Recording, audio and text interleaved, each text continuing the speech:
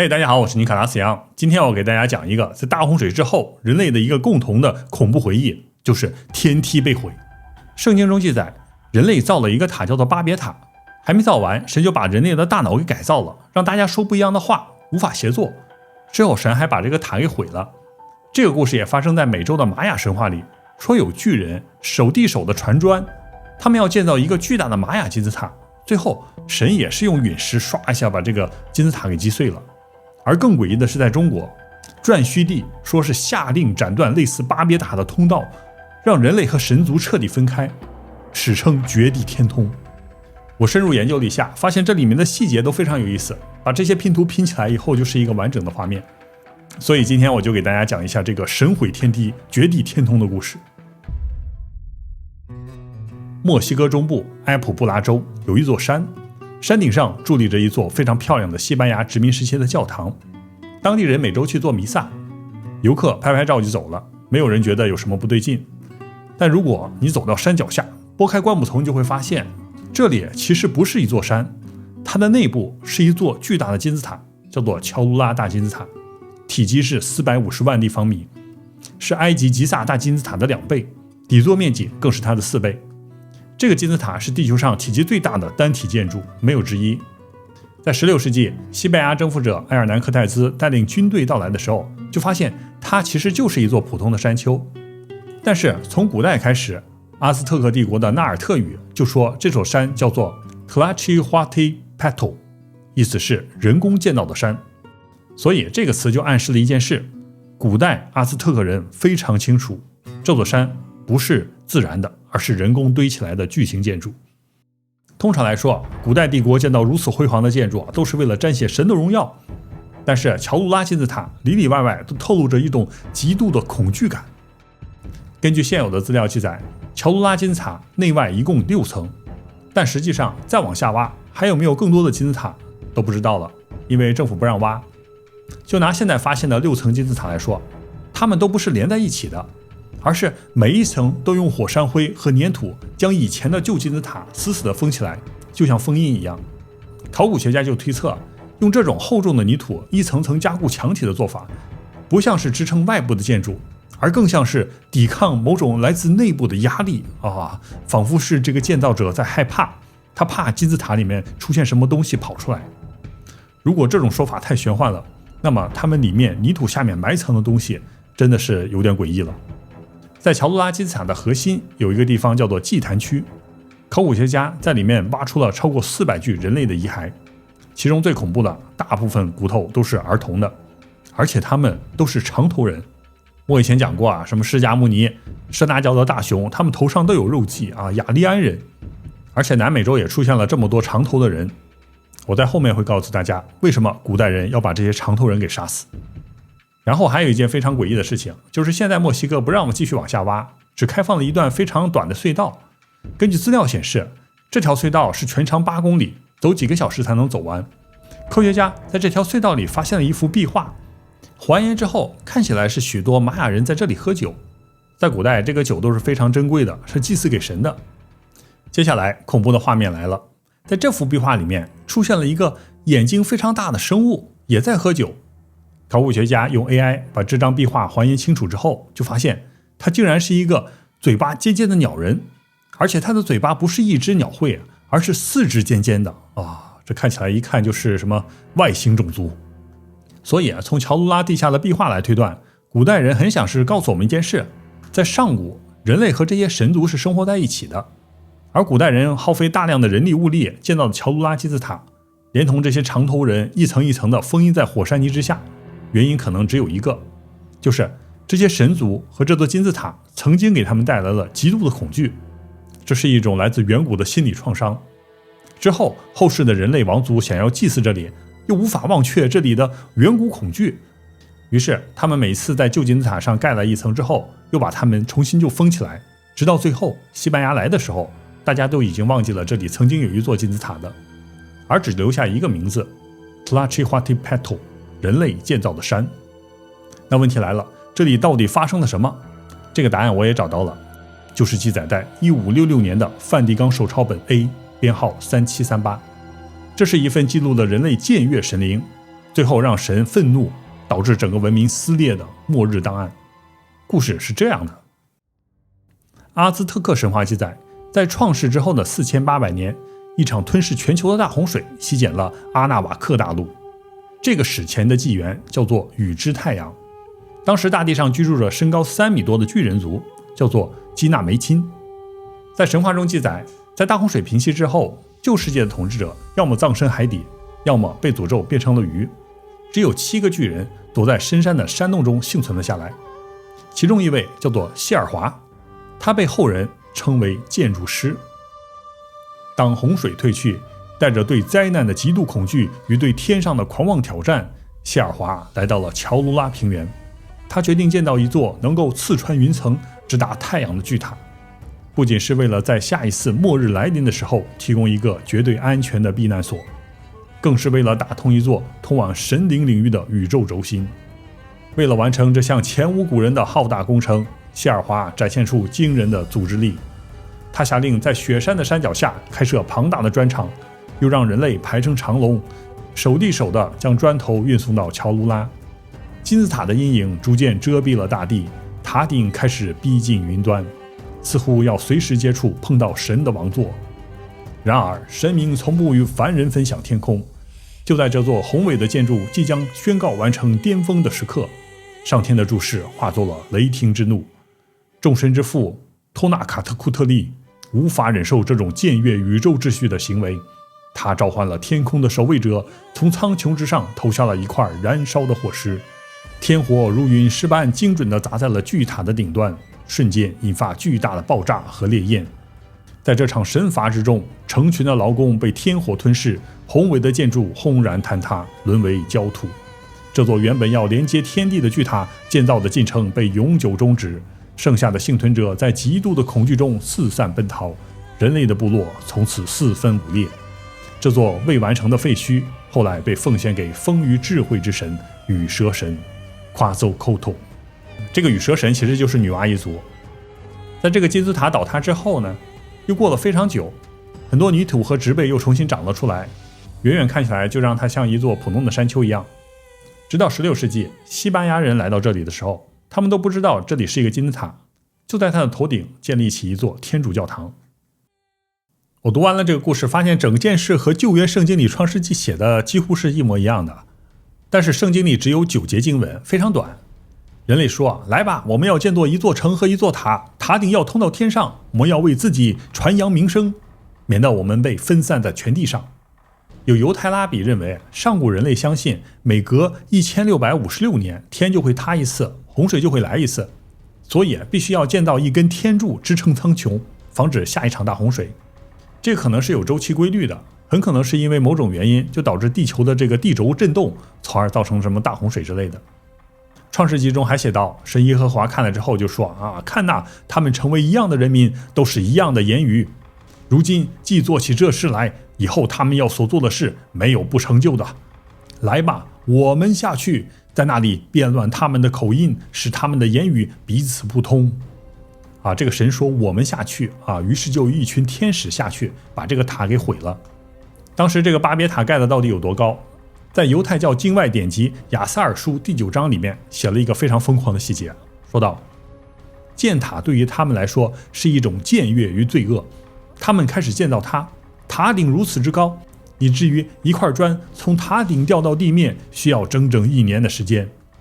如果一块砖掉下来摔碎了，所有人都会痛哭流涕，因为补一块砖要花1年的运输时间。但如果一个工人从塔上摔下来死了，却没有一个人会多看他一眼。大家细品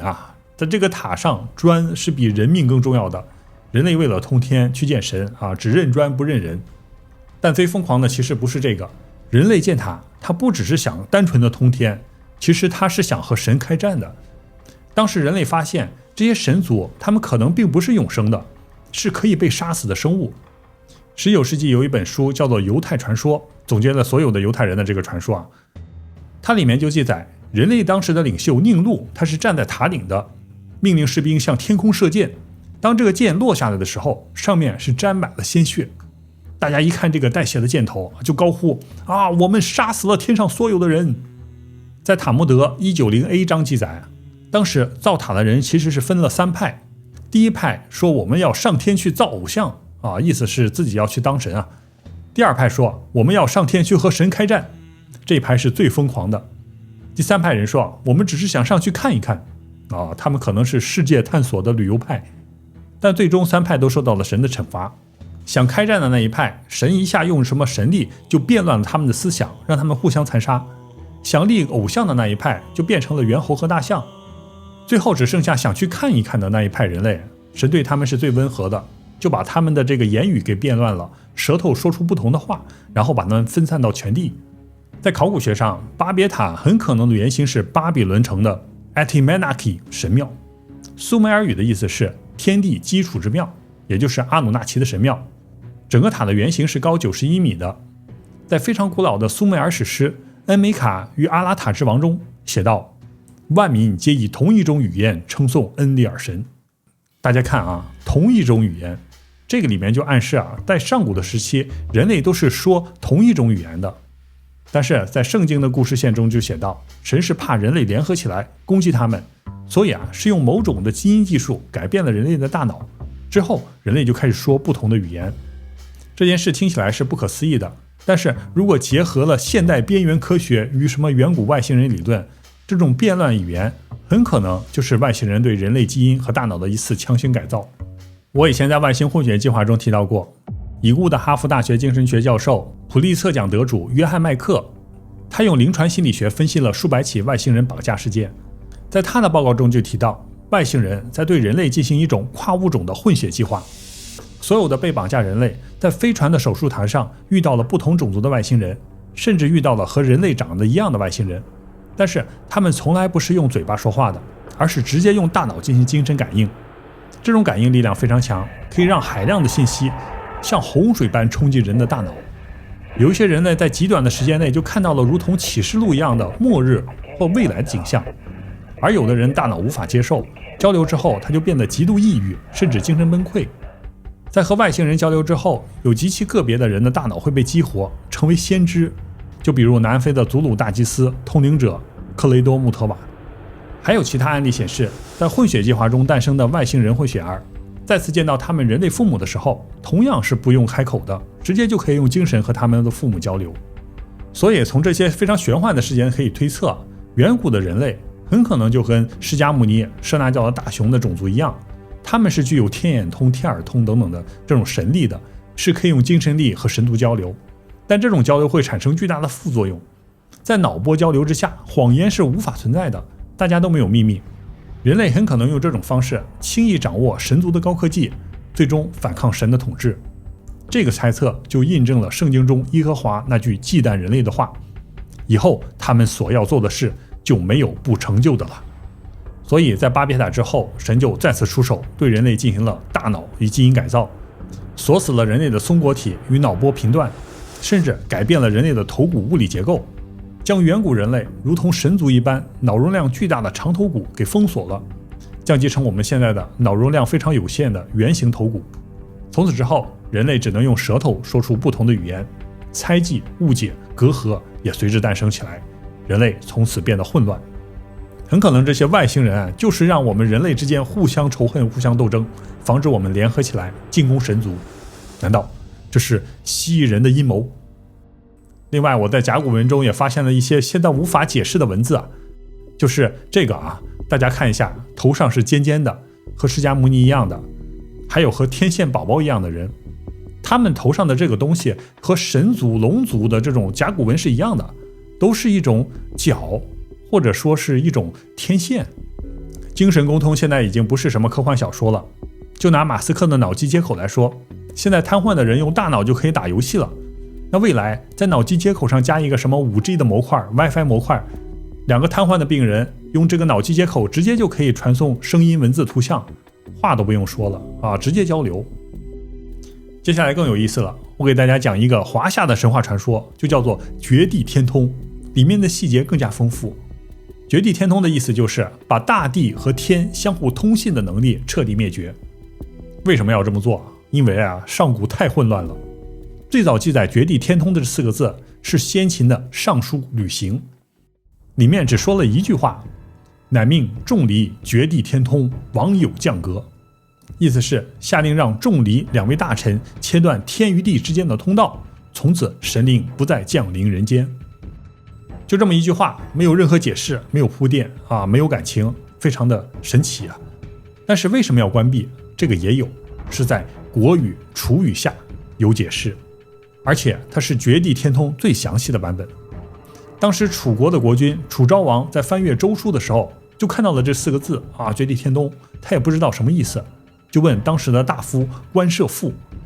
史书上说，天帝派仲和离2位大臣斩断了天地之间的通道啊，这个到底是什么意思？难道如果他们没有斩断通道，我们这些普通的人类还真的可以爬到天上去吗？关涉父一听就回答说，古者民神不杂。在远古最初的时期，人和神是分开居住的，人类中有一些可以精神集中、毫无杂念、心地端正的人，他们的智慧可以观察到天与地的真理，而且他们的视力极其明亮，可以洞察一切，他们的听力极其敏感，能够听到四方一切的声音。像这样的人，神明就会降临在他们的身上。这种人，男性中称为习，女性中称为巫。之后他们就成为了人类的大祭司。这些大祭司说的好像就像佛祖的一切智、天眼通、天耳通一样。接着关涉父又说到了少昊统治的衰落时代，酒力不足败坏了秩序，导致人和神混杂在一起，也就是所说的民神杂糅，再也分不清到底谁是神谁是人。那时候的人类狂妄到竟然和神坐在同等的位置上，老百姓亵渎了斋戒和盟誓，对神明不再有敬畏之心，神明也最终放弃了人类，导致国家气数耗尽。就在人类和神族他们之间过度的连接过度的混杂，生出了什么混血，导致这个世界毁灭了。就在这个边缘，就出现了一位上古五帝之一，叫做颛顼，他出手了。这个颛顼就让神族和人族分开，使父就长，无相亲独，是谓绝地天通。颛顼是谁？他是皇帝的嫡孙，姓姬，半神半人。这个姬的甲骨文就是一个月亮加一个女娲，颛顼他其实就是女娲的后代。颛顼让2个神，一个管天界，一个管人类，禁止人类和神相互通信，互不亵渎，这个就是绝地天通。而绝地天通之后发生了什么？接下来的记载就更加细思极恐了。在《山海经·大荒西经》中就记载，有户人之国，炎帝之孙，名曰灵姹，生100户人，是能上下于天。有于偏窟，名曰于父，颛顼死祭复苏。在上古，地球上突然出现了一个国，叫做户人国。他们这里面的人可以上于天坐着像星球大战一样的这个飞船，这个字叫做户，来回穿梭于宇宙与地球之间。他们是炎帝的孙子灵姹的后代，其中有一个人长得像瘦瘦的鱼一样，也是个女人，叫做鱼父，她就是女娲。她让颛顼死而复生。在颛顼复活之后，就开始让人类和神分开，不让人类学习神的知识。为什么？因为颛顼想成为地球唯一的统治者。当时还有一个人和他争权，叫做共工。共工和颛顼在作战的时候被打败，然后共工一下头就撞向了不周山，结果天柱折，地为绝，天倾西北，故日月星辰移焉；地不满东南，故水潦尘埃归焉。这个不周山是不是巴别塔不知道但是它是直通天庭的。共工把这个不周山一下撞断了，地球整个地轴就偏了，日月星辰都换了位置，然后整个世界就发生了大洪水。这个和乔卢拉梵蒂冈手抄本中记载的是一样的很可能是一颗巨大的陨石撞击了地球，地轴突然旋转，就造成了大洪水。这些故事除了中国，在古罗马也有记载，写在奥维德的《变形记》中。传说是有一群巨人妄图夺取天国的统治权，他们将一座座大山堆起来，堆到天上的星辰那么高。就在这个时候，全能的天父出现了，他用一种雷击碎了奥林匹斯山，把这些大山从天上给打下来了。之后大山掉下来，把巨人都砸死了。然后大地吸收了巨人的血液，然后从血液中诞生出了人类。而这批人类，它是有着巨人的基因，和巨人一样嗜血。这些说的虽然都是神话，但是我们可以发现现实中有一个诡异的巧合，就是在地球上发现的所有的上古巨石建筑都是没有任何雕刻文字的。如果有文字的话，这些巨石也就不是未解之谜了，很可能就是在巴别塔之前，人类是有精神沟通能力的，不用文字。但是在巴别塔之后，神变乱了人类的精神，让人类用舌头说话，之后人类就必须要产生文字才能交流。所以从这里出发，历史上又出现了一个非常诡异的巧合，就是中国的甲骨文、古埃及的象形文字、八卦、周易，还有苏美尔的楔形文字，它们很可能都是来自同一个源头。比如夏朝的这个夏这个甲骨文，它是一个太阳旁边有一个女娲，而在古埃及，王权的标志也是一个太阳和蛇在一起的。而这个蛇是谁？